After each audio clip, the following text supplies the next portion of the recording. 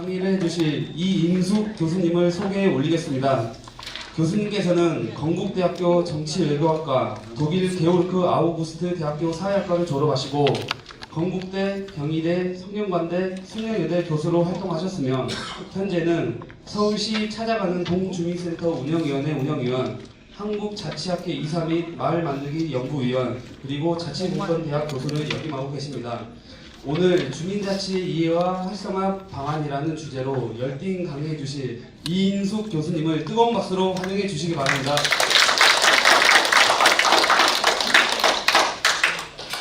안녕하십니까. 한국에서 소개받은 이인숙입니다. 사실 여수를 오는 오늘 상당히 좀 마음이 설레어서, 그래서 우리 흔히 하는 새복밥 먹고 출발해서 여수에 왔습니다. 그래서 지금 27개 읍면동에서 와주신 우리 위원님들과 함께 자치공권대학 캠퍼스에 수강생들의 오늘 이 두 번째 교육이 정말 효과적일 수 있도록 제가 노력을 해 올리겠습니다. 혹시 이전에 저의 교육을 들어보신 분이 계시더라도 교육은 늘 반복으로 들으시면 들으실수록 좋으니까 제가 그 부분에 대해서 양해를 바라면서, 자, 지금 이 주제를 여기에 보시는 요 목차를 가지고 강의를 시작하도록 하겠습면 먼저 여수시에 대한 소개인데요.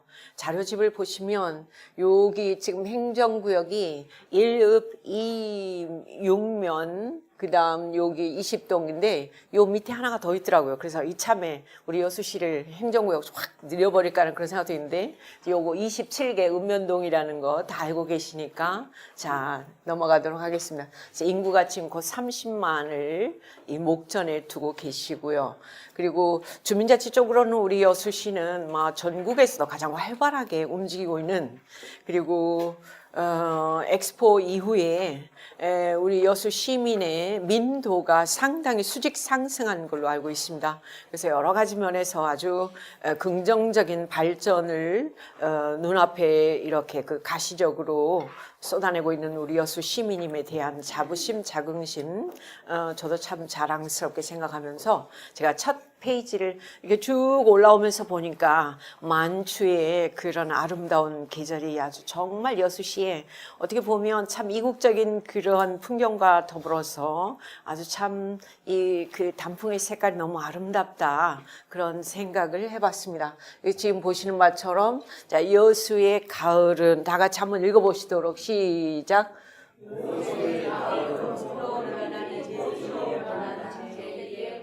네, 오면서 여기서 보니까 이렇게 그 가로수에 있는 그 꽃들이 머물러 있어요. 그게 동백은 아닐 것 같고, 그래서 여기는 진짜 봄인가 싶을 정도로, 무슨 말씀인지 아시겠어요? 네. 근데 꽃이 머물러서, 그리고 어떤 꽃은 한 송이 딱 피어 있는 거를 보면서 야, 참 여기는 따뜻하고 사람이 살기 좋은, 바람만 안 불면 단. 동의하시죠? 네. 그래서 참 좋은 곳이다 하는 그런 생각을 했습니다. 자, 넘어가고요. 자, 다 아시는 것처럼 문재인 정부가 작년 5월 10일 날 5월 9일 선거를 계기로 해서 인수위원회 없이 시작했습니다. 근데 문재인 정부는 출범하면서 앞으로 5년 집권 동안 이제 어떤 정책의 방향이, 슬로건을 이렇게 잡았는데, 여기 보시는 것처럼 뭐냐면 국민 주권 시대라고 그랬어요. 앞에 보시는 이런 게 아니라 국민 주권 시대라고 하는 것은 어차피 우리 대한민국은 국민 주권이 분명한데요. 헌법에 우리가 뭐가 나와 있냐면 여기 지금 보시면 됩니다. 자, 대한민국의 주권은 다 같이 누구에게 있고? 국민에게. 그 다음 모든 권력은 누구로부터 나온다? 국민으로부터. 분명히 헌법 1조 2항에 이 국민 주권주의가 천명되어 있어요. 그럼에도 불구하고 문재인 대통령이 집권 5년 동안 국민 주권주의를 천명한 그 자체는 뭔가 의미가 있을 것 같아요. 그래서 문 대통령이 대통령의회에서 처음으로, 우리 역사상 처음으로 작년 바로 10월 26일 날 그런 말씀을 하셨던 건 이거 바로 여기에서 뭘 하셨냐면, 여기에서 국민이 실질적인 주권자임을 다시 한번 천명하면서, 그 다음에 여기에 직접 민주주의와, 그 다음에 여기서 이제 주민 참여와 자치를 강조하는 앞으로 집권은 5년 동안 이제 4년 반 남았는데요. 3년 반 남았는데 3년 반 동안에 국민 주권주의를 그래서 여기에서 자 나온 게 바로 맨 밑에 이제 자치와 분권이라고 하는 그런 화두를 굉장히 강조하면서 여수선을 전국 주민자치 박람회에서 말씀을 하셨던 기억이 날 거예요. 바로 이 부분입니다. 작년 10월 26일 날 정말 가슴 뭉클했었어요. 대통령의 입으로 주민자치라는 단어를 천명했었다는 것은 저는 진짜 제가 정말 가슴이 이렇게 벅차오르는 그런 순간이기도 했었습니다. 그래서 이때 그 작년 요때 저도 여기 왔었었는데 엑스포 그 광장에서 그냥 이렇게 지나가셨던 그 대통령이 자 그때 뭐라고 말씀하셨냐면 여기에 보시는 것처럼 앞으로 지방 분권과 그다음 국가 균형 발전 시대를 열겠다. 나아가서 여기서 개헌을 하겠다. 그러니까 올해 6월 13일 날 지방선거할 때 이제 개헌을 하겠다. 그러면서 개헌의 모토가 바로 지방분권과 균형발전시대. 그러면서 여기서 이제 자치분권 로드맵을 발표를 했었고, 나아가서 여기서 제2국무회의를 제도하고, 자치분권의 가장 근간을 이루는 것은 자치입법, 그 다음에 지방자치행정, 자치재정, 자치조직 4개의 기본적인 그런 지방자치권을 보장하도록 하겠다. 이것을 개헌에 담도록 하겠다라고 하는 아주 어마어마한 얘기를 작년 여수 선언에서 말씀하셨던 거 다 기억하고 계실 거예요.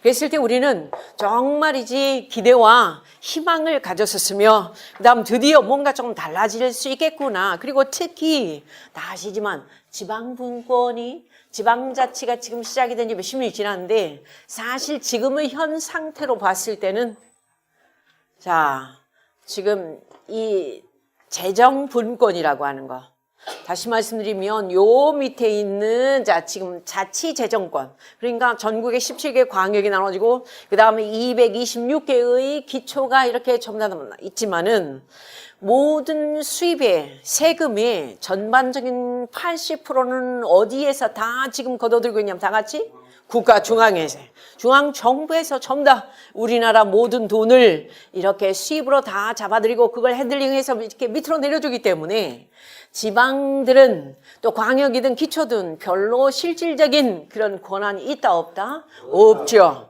없죠. 그래서 이러한 것들을 이제 문 대통령 재임 기간 5년 동안에 작년 말씀으로는 지금의 8대2 국세와 지방세 비율을 임기 동안에 7대3으로 하고 그 다음 임기 말년에는 6대4까지로 내려주겠다. 라고 하는 어마어마한 얘기를 하셨던 게 바로 작년에 이 10월 26일에 여수 독트린이라고 하는 여수 선언이에요. 근데 우리는 모두들 다 정말 뭉클했습니다.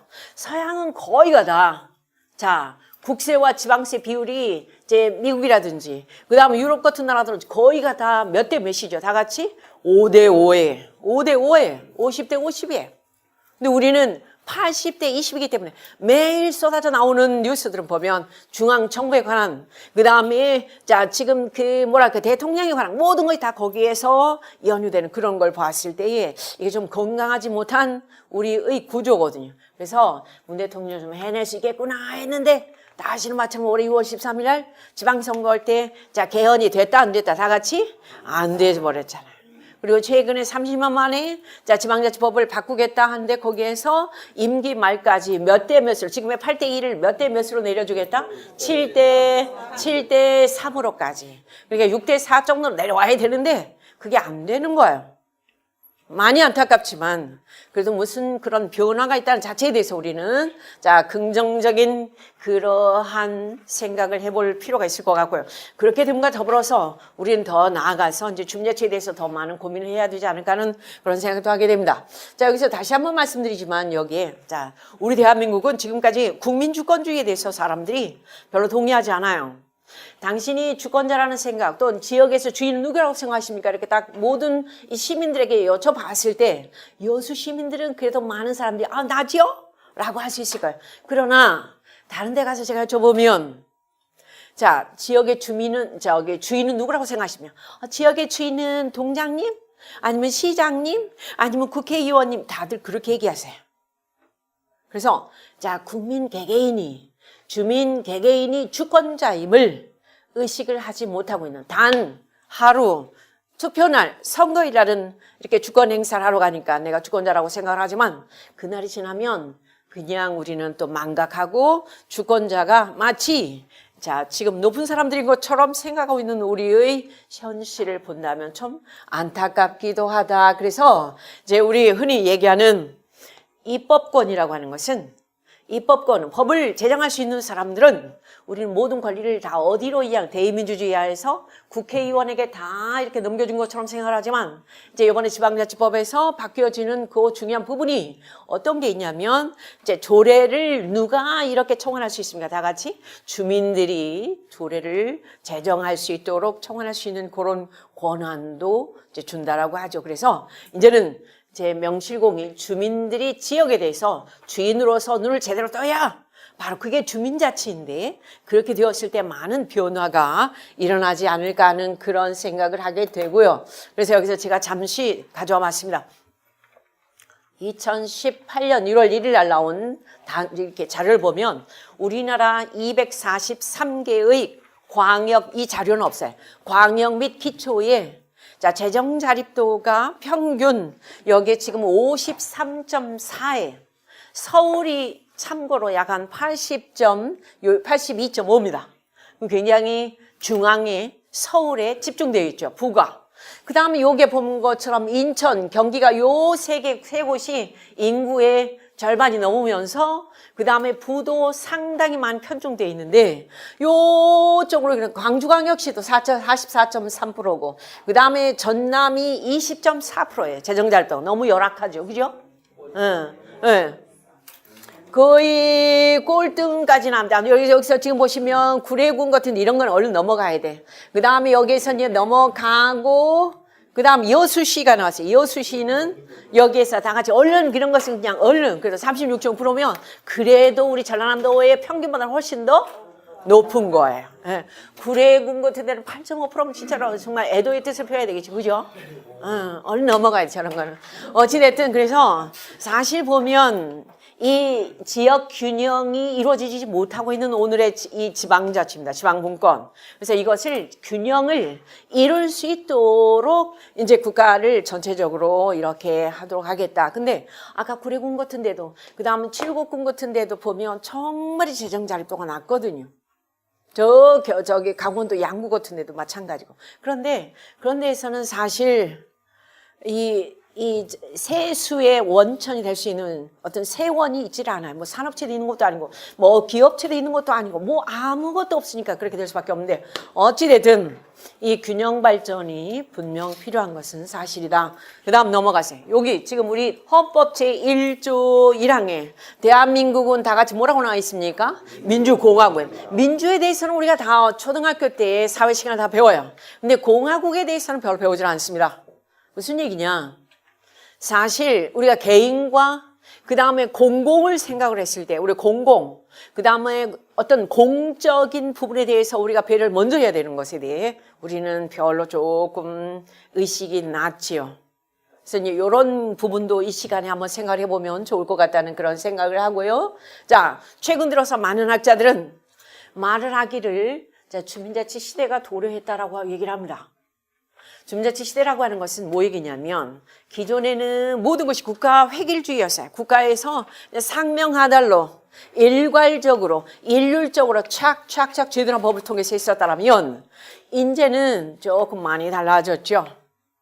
이제 국가 제일주의에서 이제는 요쪽으로 들어보면 주권자가 국민이라고 하는 그런 생각이 또 이렇게 사고가 많이 이렇게 바꿔지고 있고요. 그 다음에 이제 여기서 보시는 것처럼 이렇게 해서 그래서 주민주권이라고 하는 그 다음에 국민이라고 하는 요런 부분에 대한 의미를 상당히 새롭게 이렇게 지금 하고 있는 게 요즘입니다. 자, 그렇다면 여기 맨 밑에 나오는 것처럼 협치라는 것. 옛날에 협치는 별로 필요가 없었어요. 그냥 관에서 위에서 다운식으로 이렇게 탑다운식으로 하면 무조건 맨 밑에 있는 기관들은 상명하달로 그래서 그냥 거기에 명령하는 것이 일반적이었더라면 요즘 그렇지 않습니다. 그래서 협치, 네트워킹 하지 않으면 안 되고요. 주민자치도 마찬가지예요. 다른 기관, 단체, 시설들과 네트워킹 하지 않으면 안 되는 그런 걸 생각을 한다라면 세상이 참 많이 달라지고 있다. 그래서 주민자치 시대가 필연적으로 도래할 수밖에 없다. 예를 들어서 왜 주민자치 시대가 도래할 수밖에 없느냐? 자, 여기서 가장 대표적으로 인당 국민소득을 봤을 때에 우리나라 지금 현재 상당히 어렵습니다. 자, 보시는 바처럼 2006년도에 우리는 2만 불대에 진입을 했어요. 그때 우리는 한 5, 6년 지나면 한 3만 불 될 줄 알았었습니다. 그런데 지금 11년이 지났는데도 실질 소득이 3만 불 진입이 조금 어려워요. 어렵습니다. 여러 가지의 난제 해결해야 할 숙제들이 너무 많은 거예요. 그 다음에 여기서 국가 경쟁력을 보시더라도 지금 4년째 여기서 2014년부터 올해는 어찌 나올지 모르겠습니다. 자, 지금 국가 경쟁력도 보면 답보 상태예요. 어떻게 이 어려운 난제를 극복할 수 있을지 정말 모든 국민들이 지금 고민 중에 있습니다. 경제부처 장관들도 아무리 고민을 해도 해답이 나오지 않아요. 명쾌하게. 그다음 나아가서 여기서 지금 우리를 힘들게 하고 있는 여러 가지 지표들, 지수들, 통계들 이제 엊그저께 나온 통계들만 하더라도 우리나라에서 40, 50대 남성들의 실업률, 자살률, 어르신 자살률, 그 다음에 공동체 지수가 가장 바닥이고 그 다음에 청년 실업이 극을 달리기 때문에 어른들과의 이 세대 차이도 정말 또 다 아시는 것처럼 출생아 수도 가장 바닥이고 그러면서 인구 고령화는 세계 어느 나라보다도 이렇게 빠르게 진행되고 있고 이런 여러 가지 것들을 생각하다 보면 참 암울해지는 우리 대한민국의 오늘입니다. 그래서 여기서 지금 한국 경제와 세계 경제를 비교한 수치가 나와 있는데요. 세계 경제는 여기서 전부 다 노란 거예요. 다 3%대 넘어가고 있습니다. 가장 옆에 있는 우리 배가 아픈 일본. 일본은 경제가 너무 정말 한동안 침체기를 벗어나서 아주 활성화되고 있는 그런 실상이고요.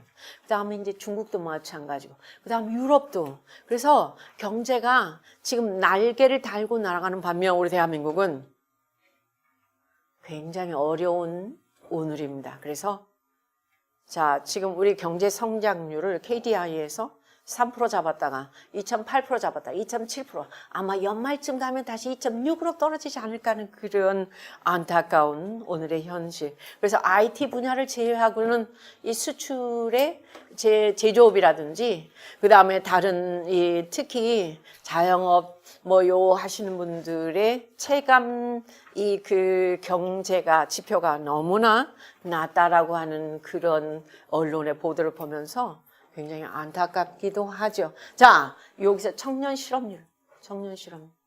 제가 항상 대학에서 강의를 할 때 아이들이 2학기 때는 제가 평점, 학점 주기가 참 좋아요.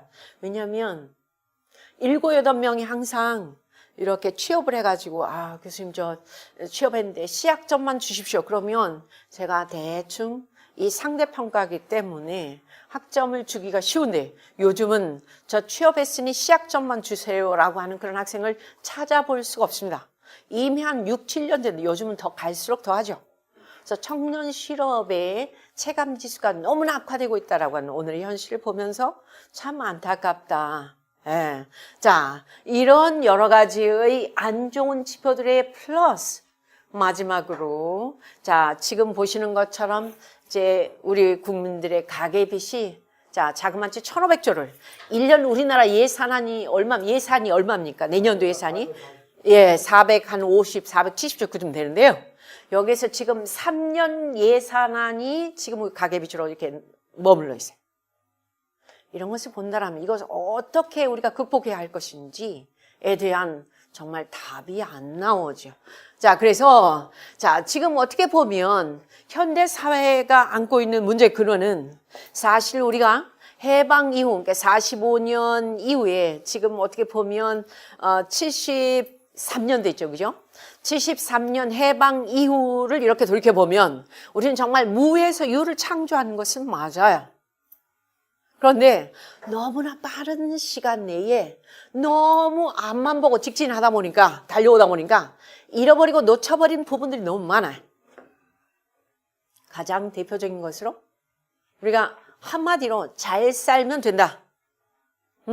무조건 황금만능주의로 치닫다 보니까 사회에서 정말 우리 여수시의 여기에 중재 지원님들처럼 뭔가 네트워킹 하시고 그 다음에 딱 들어오시는데 표정들이 굉장히 밝으세요. 이 부분에 있어서는 어떻게 보면 우리 여수시 중재 지원님들은 굉장히 삶의 질이 조금은 그래도 다른 시군의 중재 지원님들보다 조금 더 괜찮으시지 않은가 하는 그런 저 개인의 판단인데 어떠십니까? 동의하십니까? 동의합니다. 네, 그러신 것 같아요. 동의하십니다. 네, 맞아요. 네, 제가 볼 땐 그러신 것 같아요. 네. 그래서 참 놓쳐버린 것들이 참 많은데 우리나라 사람들이 한국에 살 때는 또 국내에 살 때는 사실 막 이렇게 드론하고 그냥 속상하다 입이 나오고 그냥 짜증나고 하는데 일단 해외 비행기 타고 나갔다 오면 동남아만 갔다 오면 애국자가 돼. 그래도 우리나라가 최고다. 그 다음에 그래도 이렇게 안전하게 그 다음에 먹을 거 먹고 그 다음 말 통하고 그 다음에 이 계절의 아름다움 그 다음에 이 만추의 이 정치 진짜 어디에 가서도 구경할 수 없는 거잖아요. 그렇죠? 네, 동의하시죠?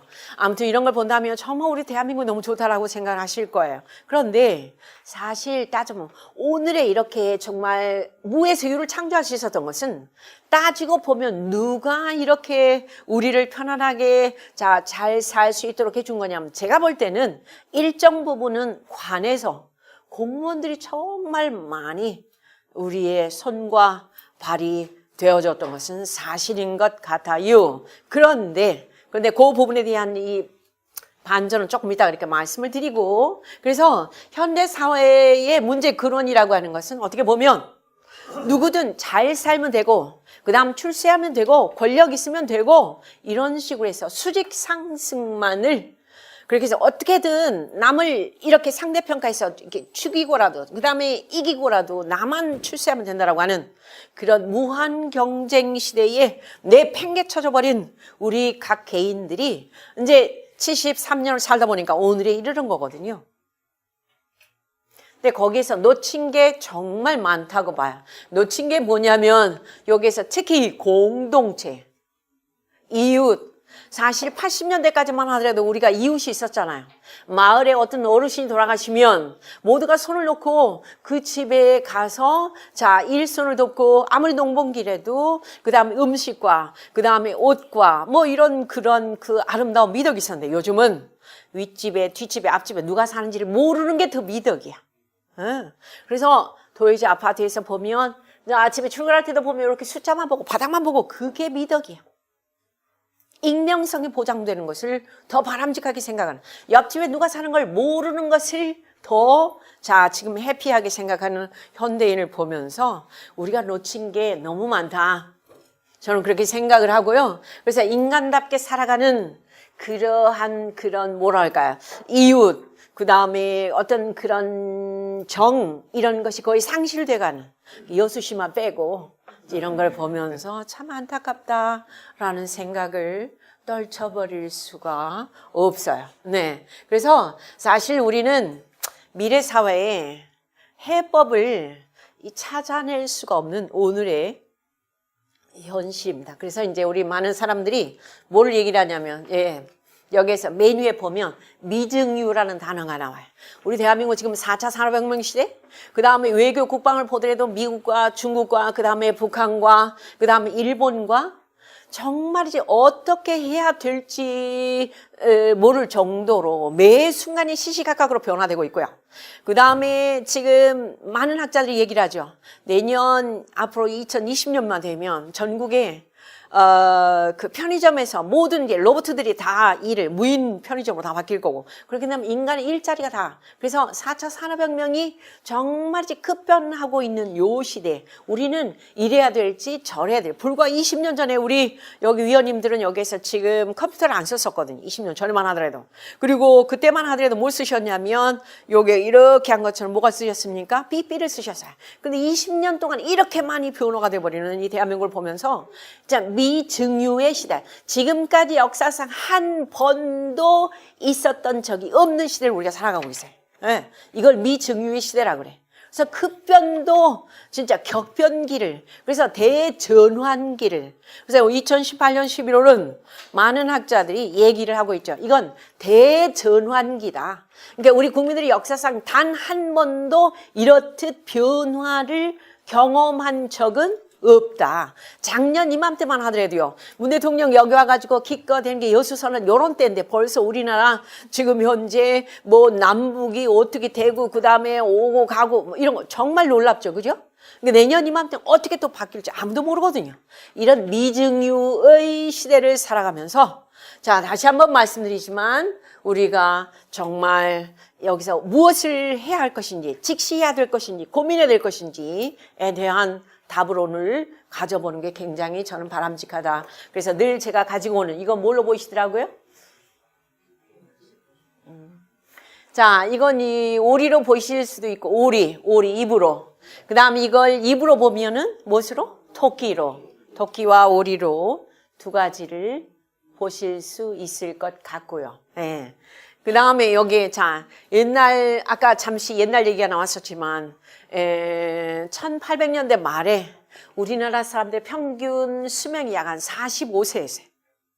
그때 60세 회갑의 의미는 굉장히 컸죠. 동의하시죠? 근데 콜레라라든지 무슨 병이 한번 돌았다면 그냥 열이 나고 설사하는 사람들 무조건 가만히 둘둘둘둘 많아서 갖다 저 동구 밖에다 갖다 버리는 어머니가 됐든 아버지가 됐든 할머니가 됐든 할아버지가 됐든 그런 시대를 우리 다 살아냈어요. 그래서 지금 보시는 것처럼 여기에 자 돼지를 이렇게 근데 사실 저 때가 어쩌면 더 행복했는지도 몰라. 그죠? 오늘날은 너무 스트레스가 많고 그다음 이것저것 머리 써야 될 거 많은데 옛날에는 저렇게 그냥 먹고 자고 함께 놀고 그다음 농사 짓고 절기에 따라서 비 오면 일 안 하고 이런 때가 더 좋았는지도 모르겠다. 물론 여수에서는 비 와도 일을 했을 수도 소라 전복 때문에 그죠? 네, 넘어갑니다. 네, 그래서 자 주민자치의 실태비 문제점 들어갔어요. 여기서 조금 많이 빨라져 이미 다 알고 계시니까 주민자치라고 하는 것은 뭐냐면 다 아시는 바처럼 여기에서 주민들이 공동체 이웃이 있어야 돼. 개인이 아니라 집단이 만들어져서 거기에서 자 지금 공동체를 형성해서 더 중요한 거 마을의 일을 그러니까 그 지역의 일을 동네의 일을 자 여기서 스스로가 자치죠. 스스로 자치. 그래서 스스로 알고 처리하고 결정하고 협의하고 토론하고 그 다음에 거기에서 힘을 합쳐서 두루룩 하는 게 이게 바로 이제 주민자치다. 예. 어렵지 않아요. 근데 사실은 이 주민자치를 알면서도 실제로 실행하려고 그러면 쉽더라, 어렵더라? 어렵죠. 정말 어렵죠. 예. 그래서 결국은 하다 보면 스스로가 저절로가 될 수 있을 때에 그러니까 스스로 자치가 그냥 이렇게 저절로 되는 그런 상태로 접어든다면 굉장히 바람직 아마 여수시 주민자치위원회는 이런 정도에 다 오르셨으리라고 저는 분명히 믿습니다. 자 넘어가서 그렇다면 주민자치 맨 처음이 언제냐 저 옛날에 지금부터 한 5,000년 전에 로마와 그 다음 그리스가 도시국가로 그때는 도시가 하나의 국가였어요. 근데 아테네에서는 10,000명 정도의 사람이 살았는데 그러니까 하나의 도시에서 거기에서는 뭐 헌법이라든지 그 다음에 왕이라든지 그런 게 없었어요.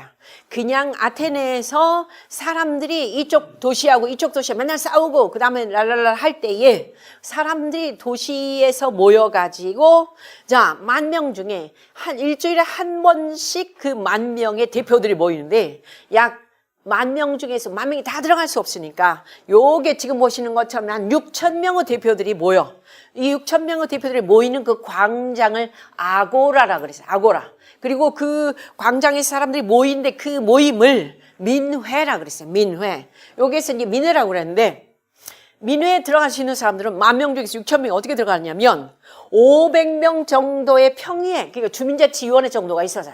그러면 그분들이 자, 뭘 어떻게 하냐면 6,000명이 이번에는 누구 들어갈 수 있다는 것을 추첨을 통해서 결정을 했었어요. 그러면 1년이 50몇 주인데 한 40회 정도의 민회가 개최돼요. 그런데 6,000명이 모일 때에 거기에서 어떤 논의를 하냐면, 자, 지난주에 아니면 열흘 전에 했었던 그 민회의 내용 중에 가장 대표적인 것이면 공공질서 유지. 자, 그 다음에 여기서 두 번째, 재정. 가장 중요한 게 재정이에요. 돈. 그 다음 특히 여기에서 이제 과세입니다. 과세, 세금을 물리는 거. 지금도 우리 주민세 개인균등분은 그냥 국가에서 아니면 도에서 각 집당 얼마씩 6,000원씩 이렇게 딱 이렇게 고지서가 내려오지만, 만약에 여수시의 주민세는 여수 시민들이 결정한다고 그러면 여기에서 시민들이 관심을 가질까요? 안 가질까요? 다 같이 가질 수 있겠죠. 그 다음 쌍봉동이 자 동주민세를 동주민총회에서 결정한다 그러면 주민들이 관심을 가질까요? 안 가질까요? 갖겠죠. 네. 그렇게 해서 그러니까 지금의 주민자치위원회 수준 정도가 분명히 아테네에서 있었었는데 특히 여기에서 아까도 말씀드렸던 것처럼 외교 저 나라와 이렇게 나라는 아니죠. 저 도시와 우리 도시가 관계를 맺을까 안 맺을까 이런 것도 전부 다 주민총회에서 거기에서 의논을 통해서 논의를 통해서 결정을 통해서 자 지금 그 총회에서 결정을 했다. 이게 굉장히 중요한. 그러니까 오늘날 전 세계 주민자치의 가장 최초가 어떻게 보면 여기서 아테네의 민회다라고 말씀드려요. 그 특히 어떤 사람이 고자질했다든지 역적 노릇을 했어요. 우리 이번에 주민총회에서 중요한 안건을 다른 도시에 가가지고 전부 다 누설을 했다든지 그러면 그 사람은 거기에서 도편 추방. 요게 어떤 거냐면 도편 추방이라고 하는 것은 쫓아내버려요. 추방을 시켜버려요.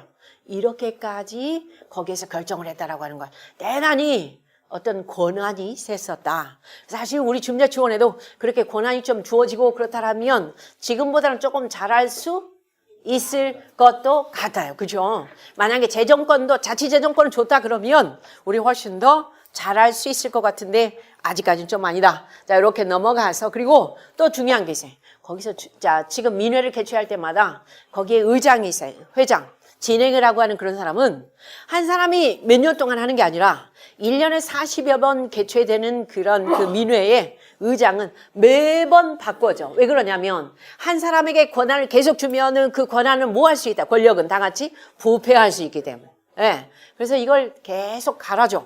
이것이 지금부터 5,000년 전이지만 상당히 민주적인 방법에 의해서 자 주민자치가 이루어졌었다. 민주주의가 바로 여기다. 이렇게 말씀을 드려도 될 것 같은 그런 생각이 들고요. 그런데 이제 우리 다 아시는 것처럼 주민자치위원회는 이 부분 빨리 하겠습니다. 1999년 김대중 대통령이 읍면동 기능 전환하려고 했는데 원래는 읍면동을 없애려고 했었죠. 다 아시는 것처럼 읍면동이 있는 나라들은 전 세계적으로 어디밖에 없어요? 우리나라밖에 없어요. 근데 읍면동이 있는 것은 참 좋습니다. 우리가 해야 할 일을 자 지금 읍면동 주민센터의 이 면사무소의 직원들이 관여해 주니까 좋긴 좋은데 우리는 그만큼 지역에 대해서 주인 노릇을 할 수 있었다 없었다 다 같이 안 해도 되고 신경을 안 써도 되고 그러다 보니까 여기에서 이제 놓친 부분이 많이 있는 거죠. 그래서 관이 우리의 손과 발이 되어준 그 점은 정말 고맙고 감사하고 그래요. 그래서 우리가 잘 살 수 있어서. 근데 사실은 세계적으로 자 읍면동이라고 하는 것이 곳이 있는 데가 없어요. 없어. 일제시대 때 주재소에서 세금을 악착같이 거둬들이기 위해서 만들어진 이 읍면동입니다. 근데 읍면동이 우리나라만 있고 일본은 이미 옛날에 다 없앴거든요. 근데 이 읍면동이 있음으로 해서 우리에게 도움이 되는 것이 엄청 많았지만 또 다른 한편으로 잃어버린 것은 우리의 주민자치 역량이야. 동의하시죠? 예. 요 부분에 대해서 자 그래서 이제 다 아시는 것처럼 저 넘어가고 그래서 99년 7월에 주민자치위원회가 만들어지고 그 다음에 이 부분은 설명 안 드려도 되겠죠, 그죠? 다시 한번 되죠? 네. 그래서 주민자치위원회가 주민자치센터가 만들어지고 주민자치위원회가 만들어지고 그러면서 주민자치센터의 6가지 기능 중에서 지금은 많은 부분 60% 이상이 무슨 기능만 하고 있냐면 다 같이 문화, 여가 프로그램만. 그래서 문화, 여가 프로그램이라고 하는 건 사실 다른 평생교육기관이나 그 다음에 성당이나 그 다음 교회 같은 데서 분명히 다 하고 있는데 조금 안타깝게도 문화, 여가 기능만을 하고 있는 오늘의 주민자치센터 여기 됐고요. 넘어가서 그렇게 하다 보니까 어떤 문제가 발생하냐. 결국은 이제 자치에는 2가지가 있어요. 단체자치와 그 다음에 주민자치가 있는데 우리 여기에 위원님들 중에서도 위원장님 중에서도 행정학을 전공하신 분들 되게 많으세요. 근데 행정학을 대학원 석사 박사까지 하셨으면서도 무엇에 대해서는 전부 다 달인이냐면 바로 단체자치에 대해서는. 그래서 중앙정부와 광역과 기초와 그 다음에 읍면동 관계의 재정, 그 다음에 사무, 그 다음에 무슨 예산, 그 다음에 위미탁 이런 부분에 대해서는 전부 다 정말 달인이 되실 정도로 공부를 하셨어요. 그런데 자치의 또 다른 자치인 그런 수직적인 자치는 단체 자치는 다들 달인이시지만은 오른쪽에 나와 있는 주민자치에 대해서는 수평적인 자치는 거의 공부를 안 하셨을 거예요. 그런데 세상이 바뀌어서 요즘은 수직적인 단체 자치도 중요하지만 단체 자치가 되려면 더 먼저 무엇이 돼야 되냐? 오른쪽에 있는 다 같이 읽어보십니다. 무슨 자치가? 주민자치가. 우리 주민들의 역량이 개개인의 역량이 정말 활성화되고 그 다음에 높아져야 단체 자치가 되는데 그 부분을 많이 놓쳤다. 그래서 우리 행정학에서도 일정 부분 조금 책임을 지셔야 되는데 행정학을 전공하신 교수님들 중에서도 요쪽에 단체자치에 대해서는 정말 강조를 하시고 그 다음에 그 부분에 대해서는 아주 전공을 하시는 교수님들이 다 하세요. 그런데 주민자치 쪽을 전공하시거나 강의를 하실 수 있는 교수님들 그렇게 많지 않으세요.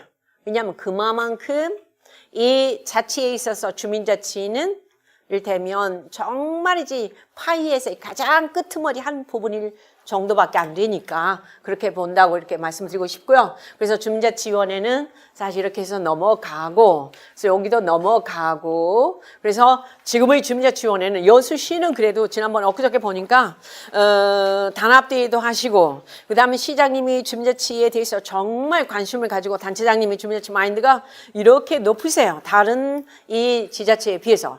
반면 다른 데에서는 사실 보면 아직도 주민자치위원회를 어디에서 평생교육 그쪽에서도 이렇게 핸들링하고 계시는데도 많이 있고요. 그러니까 자치행정과가 아니라 이 평생교육과 이런 데에서 주민자치를 이렇게 관여하시는 그런 행정 시스템을 갖춘 데도 많이 있더라. 이렇게 말씀드리고 싶고 그래서 주민자치위원회는 아까도 말씀하셨어요. 우리는 정말 주민자치위원회를 맨 처음 만들어 놓으면서 권한이라든지 혜택이 별로 있다 없다 다 같이? 없다. 늘 주민자치위원님들이 하시는 가장 중요한 일은 딱 한 가지. 주민자치센터의 운영에 대한 심의 의결. 주민자치센터의 심의 의결뿐이니까 뭐 얘기냐면 이제 동장님이 면장님 문장님 오셔가지고 시의 협조사항, 지시사항, 전달사항 하시다 보면 그게 30분.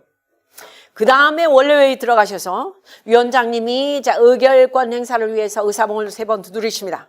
그 다음에 거기에서 이제 심의하시는 거예요. 이번에 주민자치센터에 이번 분기에 몇 강좌에 그 다음에 수강생이 몇 명에 그 다음에 거기 적립금이 얼마에 그 다음에 강사 몇 명에 그래서 비슷비슷한 내용의 전달사항 뭐 하시다 보면 거의 비슷한 내용을 지금 매년 똑같이 회의 안건으로 다루시는 그런 경우들 되게 많죠. 네. 그렇게 해서 동장님이 시의 전달사항, 협조사항, 지시사항 30분, 그 다음에 우리 위원장님께서 30분 하다 보면 딱 1시간, 마지막으로 식사하러 가시는 거. 이게 늘 똑같아. 거의 똑같아. 근데 아마 여수시는 상당히 다르리라고 봅니다. 거기에 대해서는. 아닙니다. 잘 하시고 계시리라고 보고 그래서 사실 주민자치위원님들이 하실 수 있는 역량이나 또 내지는 가지실 수 있는 권한, 혜택 이런 게 좀 있으셔야 되는데 처음부터 전혀 그냥 심의 의결 권한만 드리고 뭐 사업 같은 거 하면 절대 안 돼요. 사실은.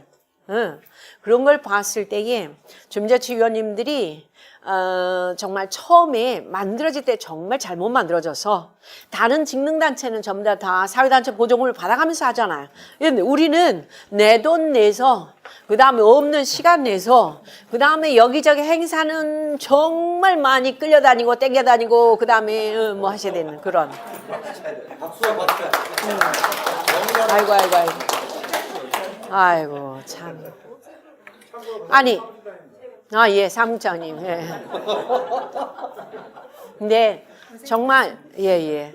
주민자치위원님들로서 지역에서 보면 그러면서도 또 뭐 마을 사바라, 마을 강좌라, 마을 행사라 뭐 또 그래서 하셔야 될 것도 많고 그 다음에 또 때에 따라서는 공선법에 의하여 또 그 활동이 또 제한되기도 되고 그죠? 그래서 상당히 좀 잘못 만들어진 주민자치위원회세요.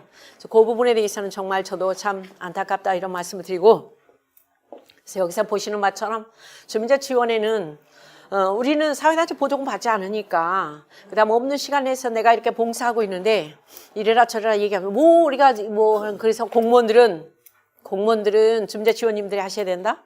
그 다음에 주민자치위원님들은 공무원들이 해야 된다. 거기서 서로 밀당을 하고 있는 그런 상황이 많이 벌어지고 있고요. 그래서 갈수록 주민자치가 강조되고 있는 그 부분은 맞고 그래서 사실 아까 나왔었던 그런 내용이니까 들어가고 그러기 때문에 네 저쪽에 이제 우리 여수시가 아니라 여수시는 주민자치 역량 강화 교육을 굉장히 잘하고 계시는 것으로 알고 있습니다. 그런데 다른 데 가서 물어보면 주민자치위원님들은 자 지금 무엇을 해야 할지 주민자치가 뭔지 그 다음 더 중요한 어떻게 해야 주민자치를 잘하는지 잘 모르겠다. 그렇기 때문에 여기서 지금 주민자치위원님들의 3명 중 한 분은 자 지금 활동에 있어서 지식이 없고 뭘 어떻게 해야 될지를 모르니까 지금 정신이 하나도 없다. 그리고 10년 전이나 지금은 달라진 게 아무것도 없고 그 다음에 특히 자 이제 조금 있다가 나와요. 뭐냐면 주민자치가 실질적으로 현장에서 제일 어려운 부분은 저는 이 부분이라고 생각을 해요. 맨 밑에 제가 뭐라고 썼냐면 다 같이 제도를 무엇으로 이용한다고? 정치적으로요. 그래서 일반 주민들은 몰라요. 자, 주민센터인지 주민자치위원회인지 그 다음에 뭐 뭔지 아무것도 몰라. 잘하던 주민자치위원회도 동장님이 바뀌어봐. 근데 말년 동장님이 오셔가지고 일 만들어내지 마시오. 좀 조용히 좀 있으세요. 이렇게 한마디 2번만 딱 이렇게 기죽여버리면 거기서 그냥 엔딩 마침표 딱 나오고. 그 다음에 잘하던 주민자치도 단체장님이 주민자치 마인드가 전혀 없어. 그것이 뭔디? 그것이 뭔디요? 한마디 딱 하면 거기서 키 팍 죽어버리는.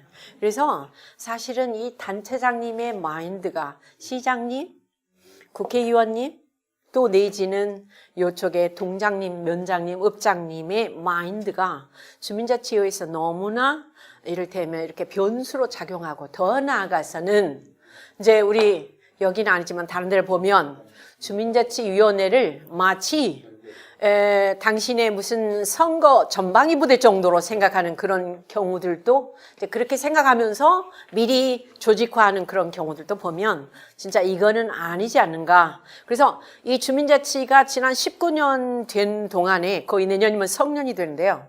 정말 이렇게 발전을 이룰 수 없었던 가장 중요한 한 부분도 어찌 보면 이 윗사람들이 주민자치위원회를 너무나 정치적으로 이용해버리려고 하는 그런 아주 교묘한 어떤 그런 전략이 뒤에 숨어 있기 때문에 그런 게 아닌가 하는 그런 생각이 드는 거예요. 동의하시죠? 그래서 이 정말 이 주민자치가 정치적으로 이용이 되지 않았으면 좋겠다. 가장 대표적으로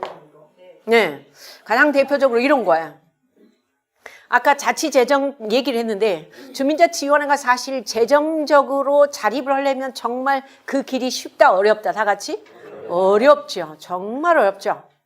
근데 정치하는 사람들은 쉽게 말을 해. 어떻게 얘기하냐면 주민세 개인균등분을 뭐 전부 다 읍면동 주민자치회에다 내려주겠다.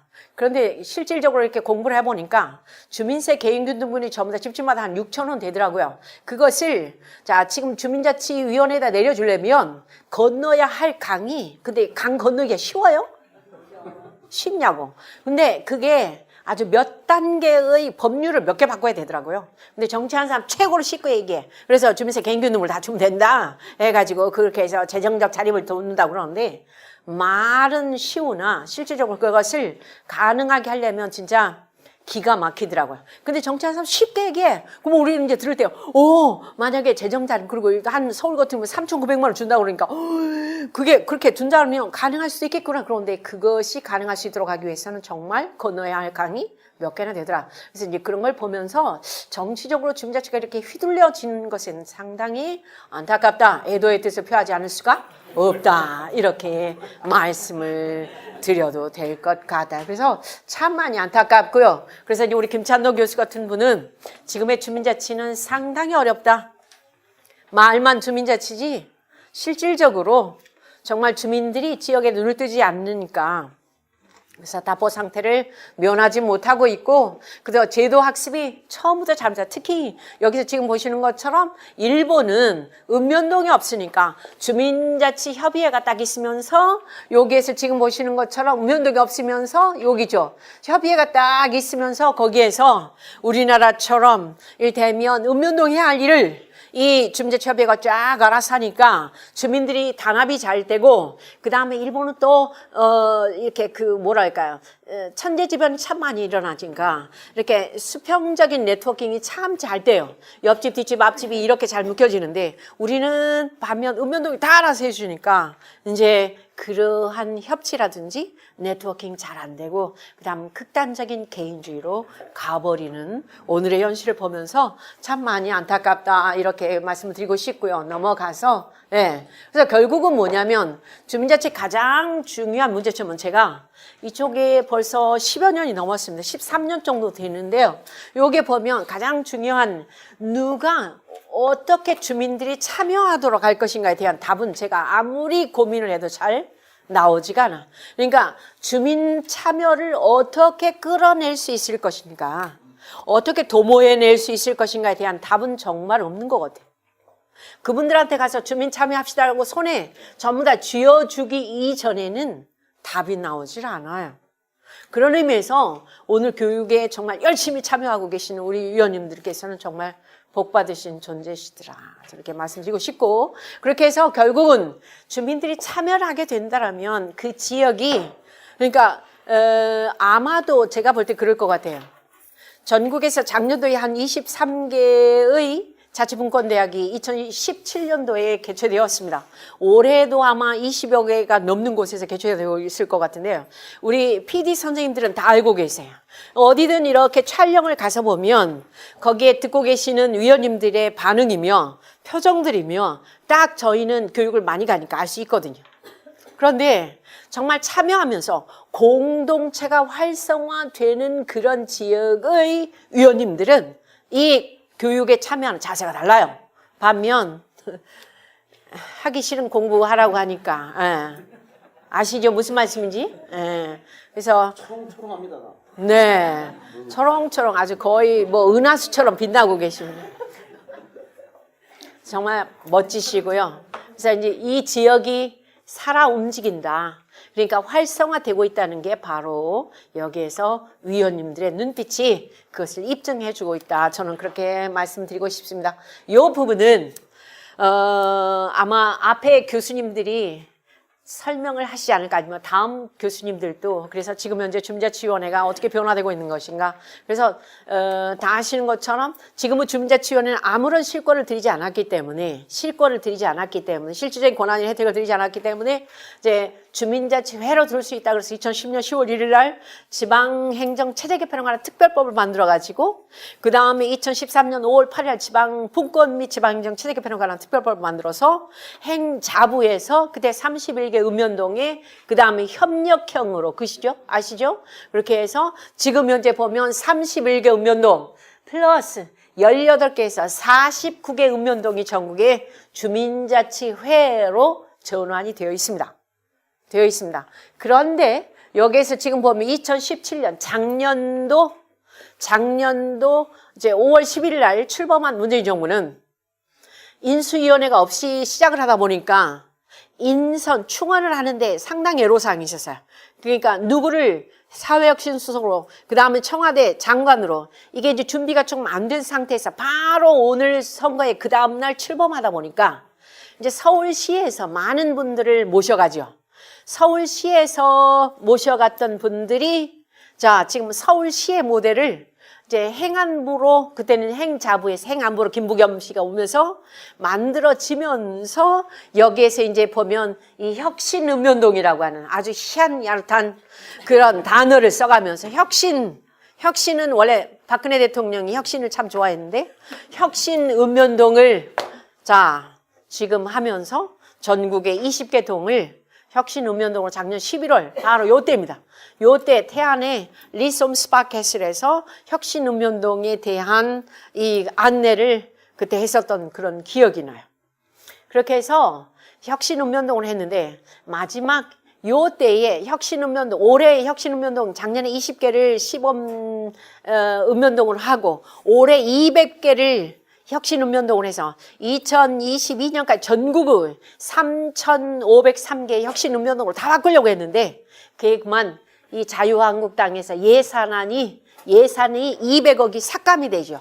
왜냐하면 올해 6월 13일 날 선거가 있는데 혁신읍면동 200개 동을 하면 마치 여당의 전방위 부대들을 전부 다 또 이렇게 그 밑에서 바둑 두듯이 이렇게 쫄들 까는 거 아니냐. 그래가지고 이 그 자유한국당에서 아주 엄청 결사적으로 반대를 해가지고 200억이 삭감됐어요. 그래서 혁신읍면동 거기서 20개 동만 있고 그 다음 거기서 수업이 됐습니다.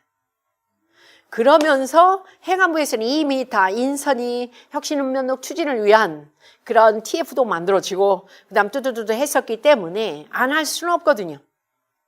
그래서 여기서 지금 보시면 잠시 말씀을 드리지만 여기에서 지금은 2018년 오늘 11월 현재는 혁신읍면동이 또 없어져가. 그래서 이게 너무나 정책이 제도가 자꾸만 바뀌니까 우리는 진짜 어쩔 때는 막 이렇게 좀 뭐랄까 빈혈기가 나려고 그래. 예. 그래서 주민자치위원회에서 주민자치회로 갔다가 혁신읍면, 그 전에 공공서비스 플랫폼으로 갔다가 그 다음에 혁신읍면동으로 갔다가 지금은 뭐냐면 주민자치형, 다 같이 한번 읽어보시죠. 주민자치형 공공서비스. 주민자치형 따지는 우리가 알 수 있을 것 같아요. 근데 공공서비스라고 하는 또 어려운 단어를 쓰고 있으니까 우리에서는 또 너무 어렵죠. 그래서 주민자치형 공공서비스를 하도록 해요. 그래서 이 부분에 대해서 학자들은 또 서울시는 아까 말씀드렸지만 이렇게 해서 서울형 주민자치회를 하고 있는데 이런 부분을 보면서 학자들은 기왕에 주민자치원회가 되고 있었는데 주민자치원회가 좀 잘못을 하더라도 실수를 하더라도 자기들이 넘어지고 그 다음에 뭐 어쩌고 해야 될 텐데 자꾸만 관해서 정책으로 제도로서 위에서 세팅을 하는 거 바람직하지 않다라고 많은 학자들이 지적을 합니다. 예를 들어서 이런 거예요. 2살짜리 아이를 키우는 엄마 아빠가 봤을 때 그 아이가 넘어질 것 같아. 걸음마를 배울 때. 그 엄마 아빠가 계속 손을 잡아주면서 그 다음에 거기서 넘어지면 얼른 잡아주고 이렇게 하는 한 그 아이는 자 지금 걸음마를 빨리 배운다 못 배운다. 다 같이 못 배우죠. 마찬가지 주민자치는 정말 조금 실수하더라도 넘어지더라도 거기서 정말 쌍코피를 흘릴지라도 애가 그것을 터득하고 그 다음에 깨닫고 이렇게 하면 아프구나 넘어지구나를 알 수 있도록 해야 되는데 너무나 정책이 제도가 위에서 지원해주면서 간섭을 하면서 하니까 정말 주민자치가 발전하지 않은 거 아니냐라고 학자들이 여기서 이 얘기를 많이 해요. 그래서 서울형 주민자치회에 대해서는 많은 학자들이 유감스럽다 저러다 이런 얘기를 합니다. 그래서 아까 말씀드린 자 지금 현재 대통령 훈령으로서 이렇게 만들어졌고 그 다음에 주민자치형 공공서비스 근데 말이 너무 어려워서 우리는 주공이라고도 합니다. 주민자치형 공공서비스. 근데 공공서비스가 뭡니까 또 말이 그죠? 말도 안 돼. 근데 이거는 예산이 없기 때문에 지자체에서 알아서 해라 해서 수원시, 당진시, 그 다음 또 어디가 있을까요? 세종시, 제주도 이런 데서는 엄청 이 자체를 또 빨리 받아들이고 있습니다. 근데 보면 이거 뭐냐면 자 모든 읍면동의 복지 전담팀을 구성을 하고 그 다음에 여기에서 전담 인력을 확보하고 그 다음에 주민자치회를 제도하고 표준조례안을 만들어라. 거기서 가장 빠른 게 이제 세종시, 그 다음 당진시, 수원시는 43개 등을 전체 주민자치회로 따. 그 다음 더 앞장서는 데가 서울시. 뭐 이렇게 해서 지금 정말 여기는 마라톤을 하고 이렇게 가고 있죠. 예. 근데 여기서 보시는 것처럼 이제 특히 맨 밑에 있습니다. 읍면동장의 역할을 어떻게 해라? 강화해라. 그 소리는 결국은 뭐 하겠다? 관치하겠다. 관치하겠다 이거예요. 예. 관치하겠다. 예. 이러한 분위기로 이렇게 가고 있는, 그래서 지자체가 전면에 나서, 왜냐하면 예산이 없으니까 이제 수원시든 당진시든 그 다음에 서울시든 지자체가, 그래도 그런 데는 아까 말씀드렸던 재정자립도가 조금 앞서 나가는 데니까 가능할 수 있을지 모르지만, 그렇지 못한 데는 그냥 이렇게 군만 보고 있는 그런 꼴이다, 이렇게 말씀드려도 될 것 같아. 자, 보십니다. 우리는 각자 주민자 지원으로서 활동을 하고 있지만 어떤 부분은 사람이 거북이처럼 보여도 속마음은 여기에 하얀 정말 토끼털같이, 또 토끼털같이 유연해 보여도 속마음은 거북껍데기처럼 그렇게 은큼한 그런 분들도 다 많아요. 이게 이제 우리 인간 사회라고 한다면 각자의 다름을 인정하는, 이게 이제 민주주의의 첫 발이라고 보고요. 그 다음에 여기 이제 우리 시간이 없으니까 넘어가도록 하겠습니다. 예. 넘어갑니다. 그래서 이제 우리가 주민자치센터 활성화 방안은 우리 위원님들이 다 아실 것으로 보고 어느 정도 이 부분은 제가 강조하지 않도록 할게요. 그래서 주민자치센터 프로그램을 개선하고 이 부분 또 하면 좋은데 시간이 오늘 저한테 요청하신 게 별로 많지가 않으니까 이 부분은 그냥 넘어가도록 하겠습니다. 근데 제가 볼 땐 그런 것 같아요. 주민자치가 잘 되려면 가장 중요한 그런 요인 중에 하나는 여기에서 지금 보시는 것처럼 여기 주민자치위원님들의 사고와 역량, 그리고 특히 여기서 공무원들의 사고와 역량도 중요하지만 맨 위에 있는 다 같이 누구의 마인드, 다 같이 단체장님의 마인드가 참 중요하다고 생각해요. 다행히 우리 여수시는 단체장님들마다 이 주민자치에 대해서 열정과 관심이 두드러지셔서, 네, 아니에요? 아니에요? 제가 볼 때는 그래요. 근데 제가 다른 단체들 다 보잖아요. 다른 지방들. 근데 보면 우리 여수시만큼 주민자치 단합대회 하시고 또 그 위원님들의 어떤 인적 네트워킹이 이렇게 철저하게, 그리고 제가 여수시 홍보대사 해도 되는데요. 왜냐면 우리 중앙동에서 안 오신 것 같아요. 그 고소 1400화에 대한 그 부분은 어디 계세요? 네. 여수 고소 1400화 그거는 제가 항상 우수 사례로 전국적으로 하도 이렇게 그 홍보를 많이 해서, 네. 그 부분에 대해서는, 그리고 제가 이렇게 얘기를 합니다. 주민자치가 무엇인지 좀 이해가 안 되시는 분들은 여수시 중앙동을 가봐라. 거기서 가셔서 벤치마킹을 한번 해보시면 거기서 소개하시는 분들이 진짜 몸으로 마음으로 주민자치가 무엇인가를 제대로 전달해 주실 거다, 이렇게 제가 말씀을 드리곤 합니다. 근데 아무튼 그뿐만이 아니라 여기에 오신 모든 동들도 다 마찬가지로 주민자치 위원님들의 열정이 여수시에서는 다 27개 읍면동에 지금 4개 읍면동의 위원님들이 정말 뜨겁고 넘치시리라고 이렇게 생각을 하고요. 그래서 단체장님의 성향이 참 저는 중요하다고 생각합니다. 그러니까 제가 어디를 보면 위원님들이 주민자치를 좀 강조를 하시려고 그래도 단체장님이 뭘 하냐면 아까도 말씀드렸을걸요? 평생교육과에서 주민자치를, 그러니까 자체행정과가 아니라 평생교육과에서 이거를 하면서, 그리고 이제 거기에 지금 그 프로그램 발표 같은 것을 가서 보면 진짜 일천하기 끝이 없는 그런 정도의 주민자치의 수위를 보이고 있는 그런 시도, 군도 많이 있거든요. 그래서 주민자치의 온도차가, 편차가 상당히 크다는 것을, 그런데 아까 여수시는 그래도 굉장히 상위권에 있다라고 제가 분명히 말씀드릴 수 있을 것 같은 그런 느낌이 들고요. 그래서 이제 저는 이렇게 생각합니다. 주민자치가 활성화되려면 다른 것보다도 저는 이 부분은 굉장히 중요하다고 생각해요. 우리 대한민국의 5,100만 국민들은 정말이지, 다 같이. 가장 큰 장점이 뭐라고 생각하세요? 우리 국민들의? 5,100만의 가장 큰 장점이 뭐라고 생각하세요? 응? 그렇죠. 맞아요. 부지런함이에요. 부지런함. 어딜 가더라도 이 다이나믹 코리아는 진짜 세계적으로 유명하죠. 우리나라처럼 정말 열정이 넘치고 부지런한 국민이 또 있을까요? 해방 이후 70여 년 동안 정말 이렇게 무에서 유를 창조한 그런 국민들이 있을까요? 저는 그렇게 생각합니다. 그리고 우리나라 사람들은 안 되는 것 되도록 하고요. 그 다음에 개인의 성공과 출세를 위해서란 물과 불을 가린다 안 가린다? 안 가립니다. 밤잠 안 자고 정말 공부해서 나의 성공을 위해서 나의 출세를 위해서라면 진짜 허리띠를 졸라매고 이 굶주림을 견뎌내면서 이룩한 오늘의 경제 성장 아닐까요? 그렇게 해서 오늘 대한민국이 이룩해졌다라면 자 대한민국은 제가 봤을 때 개인 자치는 만점이에요. 개인의 성공과 출세는 만점이야.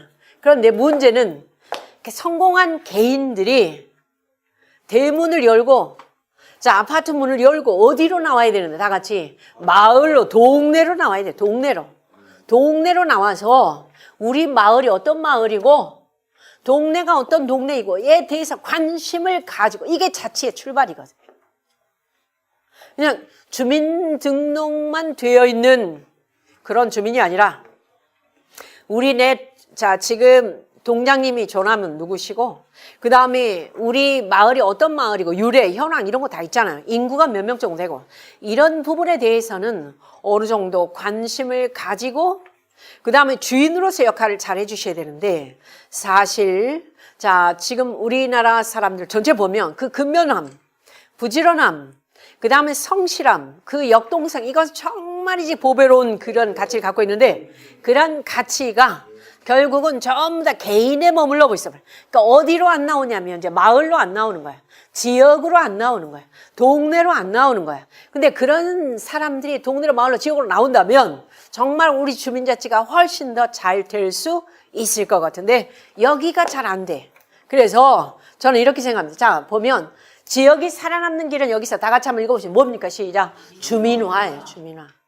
근데 주민등록만 돼 있는 그런 주민이 아니라 정말 내가 이 지역의 주인으로서 주민화에서 한 단계 더 넘어가면 주인화예요.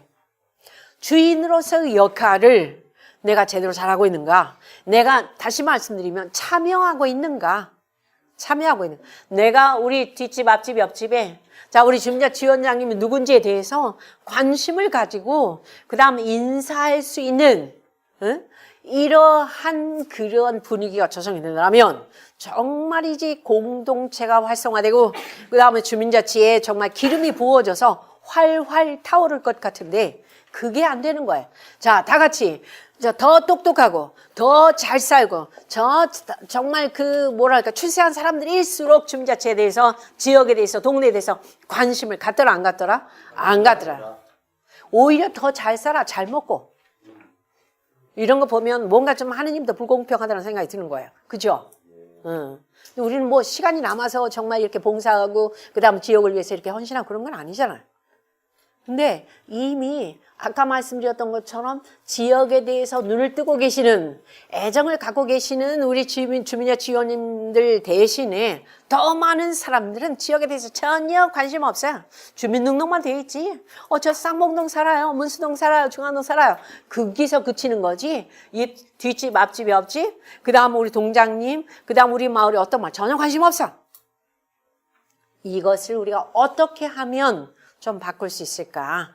요게 오늘 여기에 오신 우리 위원님들의 가장 큰 일테면 고민으로 저는 숙제로 드립니다. 그래서 여기에 지금 보시는 자 개인 자치는 100점 드려요. 정말 100점 줄거도 남습니다. 근데 여기서 이제 마을 자치가 안 돼. 주민 자치가 안 돼. 그래서 어떻게 하면 이걸 좀 끌어올릴까? 50점, 60점으로. 우리 주민자치위원회를 주민들이 아는 사람들이 몇 프로 정도냐면 대부분 다 같이? 몇 프로? 몇 프로? 우리 위원장님, 우리 네. 동주민자치위원회를 주민들은 어느 동에서 계셨습니까? 분독동이요. 둔덕동에서. 둔덕동 위원장님은 주민자치위원회를 주민들이 몇 프로 정도 아실 거라고 생각하십니까? 10%. 40%까지 40%까지는 올려야 돼. 근데 어찌됐든 10%. 근데 예, 서울 같은 데는 2%, 3%밖에 되질 않아.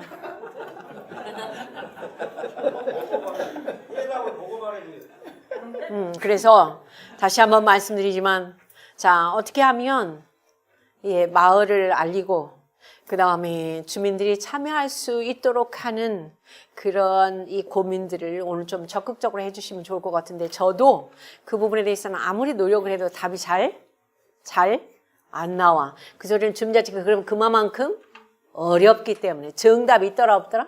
없어요. 정답이 없으니까 그만큼 어려우니까 그런 것 같아요. 그럴수록 우리가 여기서 포기를 할 것은 아니고, 자, 여기서 지금 보십니다. 그래서 이제 민주주의 꽃이에요. 그러니까 주민자치는 사실 우리 대한민국의 국격을 나타내는 그런 지수라고 말씀드려도 될 것 같아. 특히 여기서 지금 보십니다.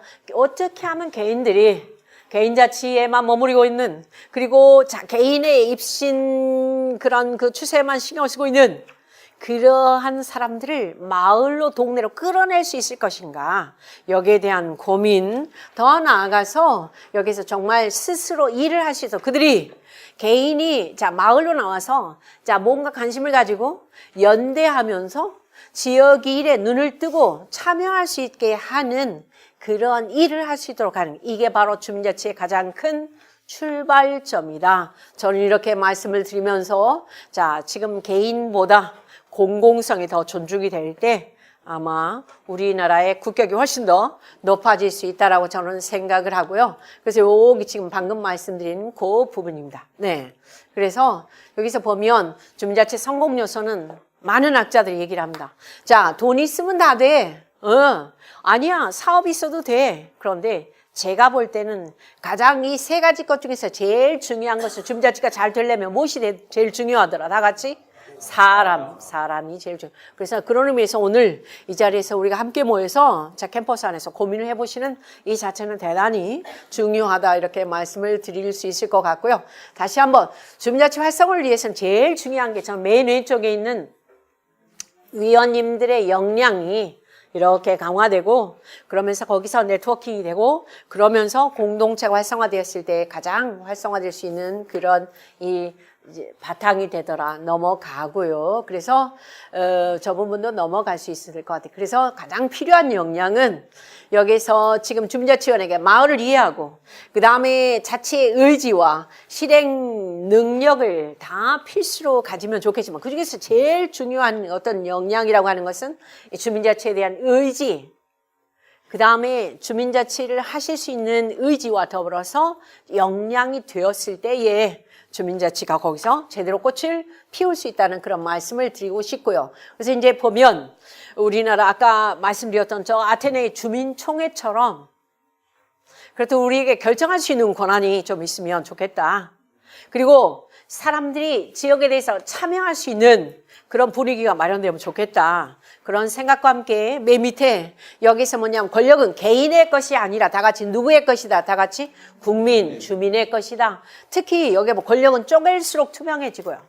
그렇게 되었을 때 밑으로 내려줄수록 권력은 투명해지고, 그 다음에 이제 국민이 정치로부터 허무주의를, 아이고 그놈들이 그놈이지 뭐, 아유 똑같아 라고 그런 허무주의를 갖지 않고, 그 다음에 스트레스를 덜 받는 것이 이제 정치를 쪼갤수록 그런 상태로 되는데, 이제 앞으로 우리가 조금 더 똑똑해지고 조금 더 현명해지고 우리가 지역에서 주인 노릇을 제대로 한다면 이런 부분이 조금 더 되겠죠. 특히 이런 경우에 제가 아까도 말씀드렸지만, 지역의 주인이 누구라고 생각하십니까? 그랬을 때 대부분은 이제 단체장님, 그 다음에 뭐 동장님, 그 다음에 국회의원님, 시의원님, 구의원님 이렇게 말씀을 하는데요.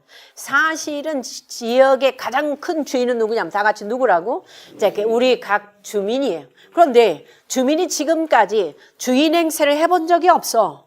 그러니까 주민이 주인 행세를 하면, 제대로 한다면 뿌리를 딱 지역에서 내리고, 그 다음에 단체장님 누가 오든, 국회의원이 누가 오든, 그 다음에 무슨 뭐 동장님 누가 오든 우리는 거기에서 흔들리지 않고 초지일관 나갈 텐데, 우리는 그런 기회가 없었어요. 그러니까 잘 되던 주민자치도 그냥 바꿔지면 또 처음부터, 또 바꿔지면 처음부터, 그게 말짱 도루묵이랑 바로 그런 거예요. 그래서 이제부터는 아까도 말씀드렸던 것처럼 우리가 지역에서 주인 노릇을 좀 제대로 했으면 좋겠다는 그런 생각과 더불어서, 이제 마지막으로 여기서 보시는 것처럼 주민총회를 우리가 제대로만 한다면 앞으로 이제 그렇게 될 거라고 봐요. 우리 여수시도 이제 주민자치회로의 전환은 뭐 어찌할 수 없이 그렇게 가야 될 것 같은데 언제 얼마만큼의 강도로 그게 진행되느냐 이것은 아직은 미지수라고 보고요. 그래서 만약에 우리가 이렇게 이제 주민자치위원회가 주민총회를 해서 거기에서 만약에 여기 지금 저쪽에 스위스에 38,000명의 인구를 갖는 이제 칸톤이랑 우리나라로 얘기하면 구 정도 돼요. 우리가 이제 30만이니까 한 동 정도가 되겠죠. 동에서 주민총회를 하는 거예요. 자, 보십니다. 옛날에는 70%, 60%가 참석을 했대요. 전체 38,000명 주민들 중에서. 그런데 얼마만큼 큰 규모냐면 요렇게. 자, 보십니다. 평소에는 이렇게 자, 지금 이 터가 공터에 이게 1년에 한 번씩 주민총회를 하는 날은 여기가 완전히 사람으로 이렇게 다 차는 거죠. 근데 이 주민총회장에 5월 첫째 주 일요일 날이에요. 5월 첫째 주 일요일 날 여기서 사람들이 다 모입니다. 모이는데 원래 스위스에서는 선거 그 연령이 만 18세예요. 근데 여기는 벨라루스에서는 16세 이상이면 주민총회에 자, 참석할 수 있는 자격이 되는 거예요. 자, 그렇게 해서 여기입니다. 지금 역사가 한 300년이 넘었어요. 그러니까 이 지역에서는 주민자치가 너무너무 옛날부터 이렇게 쭉쭉 이렇게 되어 왔었는데 주인 노릇을 주민총회에서 자, 여기에서 논의되는 걸 한번 보십니다.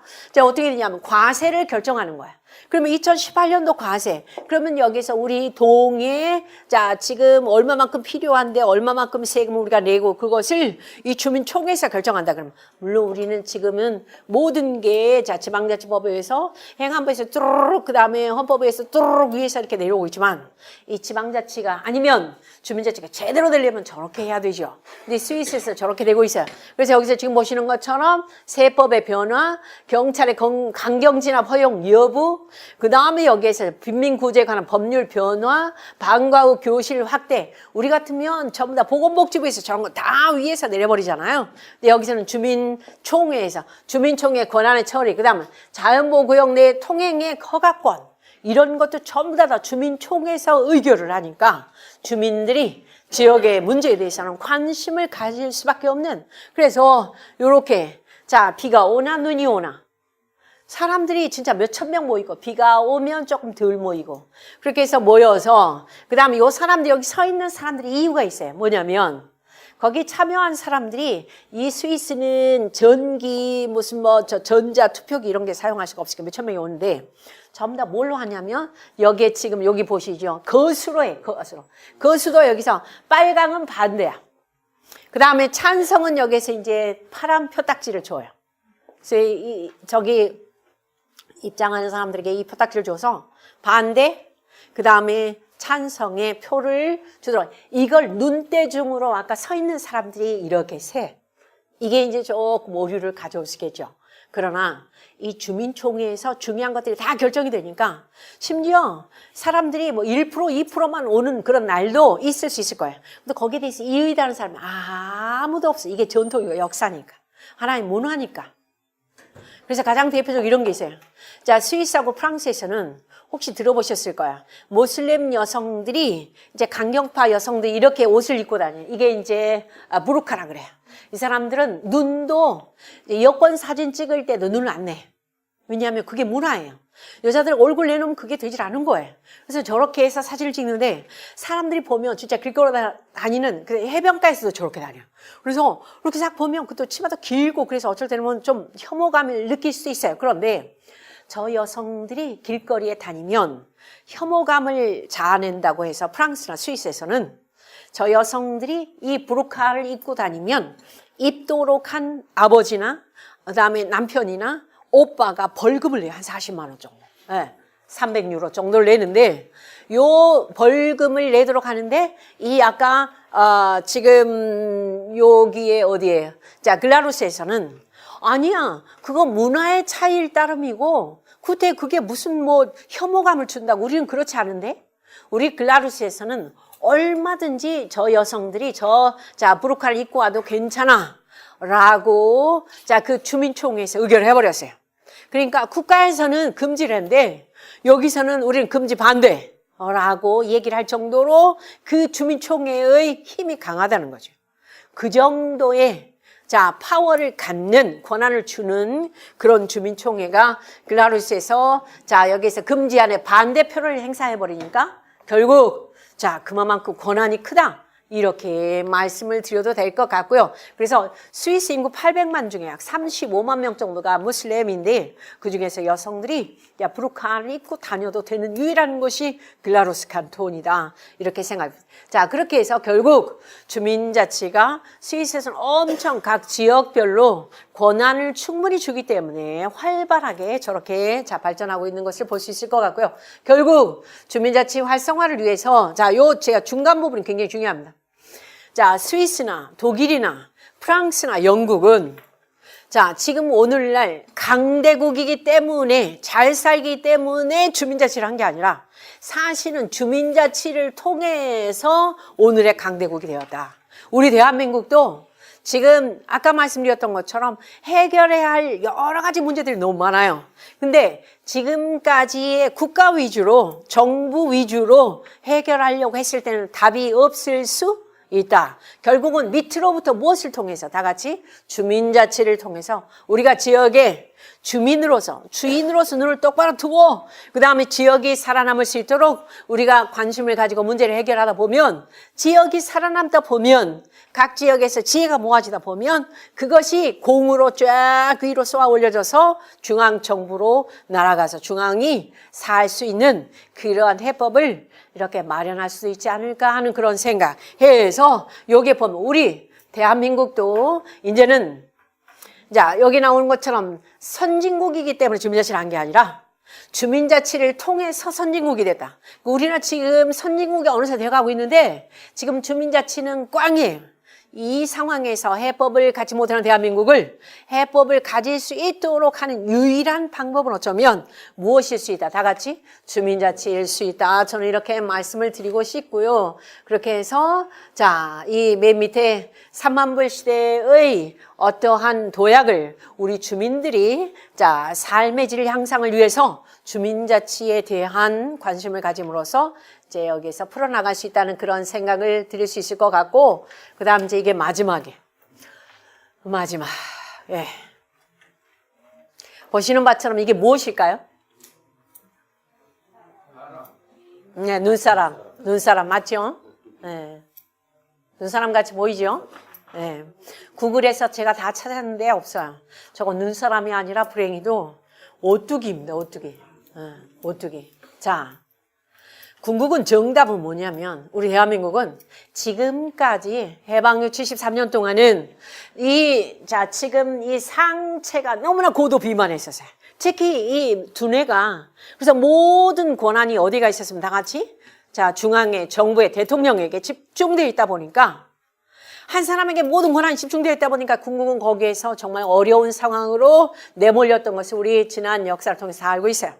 이제는 중앙이 상체가 고도 비만해지는 것보다는 이제 무엇이 조금 더 다 같이 여기에 뭐처럼 여기 뭡니까? 시작. 오뚜기의 특징이 있어요. 자, 뭘까요? 넘어져도 일어난다. 그렇죠. 넘어져도. 네. 넘어져도 일어납니다. 무게중심이 어디가 있으니까? 밑에가 가운데. 바로 그거예요. 5,100만이 갖는 저력은 저는 무궁무진하다고 생각을 해요. 그래서 이 5,100만이 무게중심을 밑에서 딱 아까 말씀드렸던 것처럼 243개의 광역 기초가 무게중심을 지방에서 딱 지역이 정말 제대로 살아갈 수 있는 살아남을 수 있는 그런 돌파구를 이 주민자치를 통해서 지역의 주민들이 주인으로서 터닝을 했을 때 자, 지금 이 잠재된 우리의 역량들이 거기서 제대로 빛을 발할 수 있고 그 다음 일취월장할 수 있다. 그래서 여기 지금 이 오뚜기처럼 모든 그런 그 힘이 밑에가 딱 정확하게 단단하게 잡혀지면 우리 대한민국이 여기서 뭔가 해법을 찾을 수 있을 것이다. 옛날에는 사공이 많으면 배가 어디로 간다고 그랬냐면 산으로 가네. 요즘 그렇지 않습니다. 사람이 많으면 많을수록 사공이 많으면 더 빨리 가요. 누구는 구글 찾고 누구는 네이버 찾고 누구는 뭐 찾고 해서 아주 거기에 자 집단 시선까지 넣으면 분명히 더 빨리 배가 갈 수 있으라. 이게 저는 주민자치의 가장 기본 원리라고 생각을 하고요. 그래서 마지막 도산 안창호 선생님이 말씀하신 우리 각자 지역에서 주인인가? 자, 손님인가? 우리가 해외여행 참 많이 갑니다. 근데 보고 오면 우리는 머릿속에 추억만 우리가 담아오죠. 그런데 우리나라를 많이 오는 유커들도 그다음에 일본인 관광객들도 왔다 가지만 우리나라에 있는 햇빛과 바람과 그다음에 공기는 우리나라 사람들, 다시 말해 주인만 생각하지 기억하지 손님들은 기억하지 않아요. 손님들은 자 일단 와도 책임의식 전혀 없어요. 우리가 지역이 살아남을 수 있는, 마을이 살아남을 수 있는 길은 여기에서 나온 것처럼 대접하려는 자는 주인이고 그 다음에 자리를 내주는 사람 역시 주인이에요. 앉으려고 하는 사람들은 방석 달려는 사람들은 손님이고요. 그래서 주인은 남고 손님은 떠나고 그 다음 여기에 바람과 햇빛과 사람들은 주인만 기억해요. 손님은 기억할 필요가 없다고 생각합니다. 늘 손님은 바꿔지죠. 그런 의미에서 여수시 주민자치위원님들은 여수시의 참 주인으로서 어른으로서 정말 지역의 어떤 발전을 위해서 늘 고민하시고 어떻게 하면 우리 지역이 살아남을 수 있을 것인가에 대해서 노심초사하시는 그런 분들이라 이렇게 생각을 하면서 자, 맨 마지막 참여하는 자는 주인이요. 자, 그렇지 않은 자는 손님이다. 오늘 오신 우리 위원님들은 주민자치의 주인공이고 그 다음에 지역의 발전에 리더이시고 그러면서 자 앞으로도 계속 신경을 써주시고 하실 것을 당부드리고요. 그럼 여기서 모두 마치겠습니다. 감사합니다.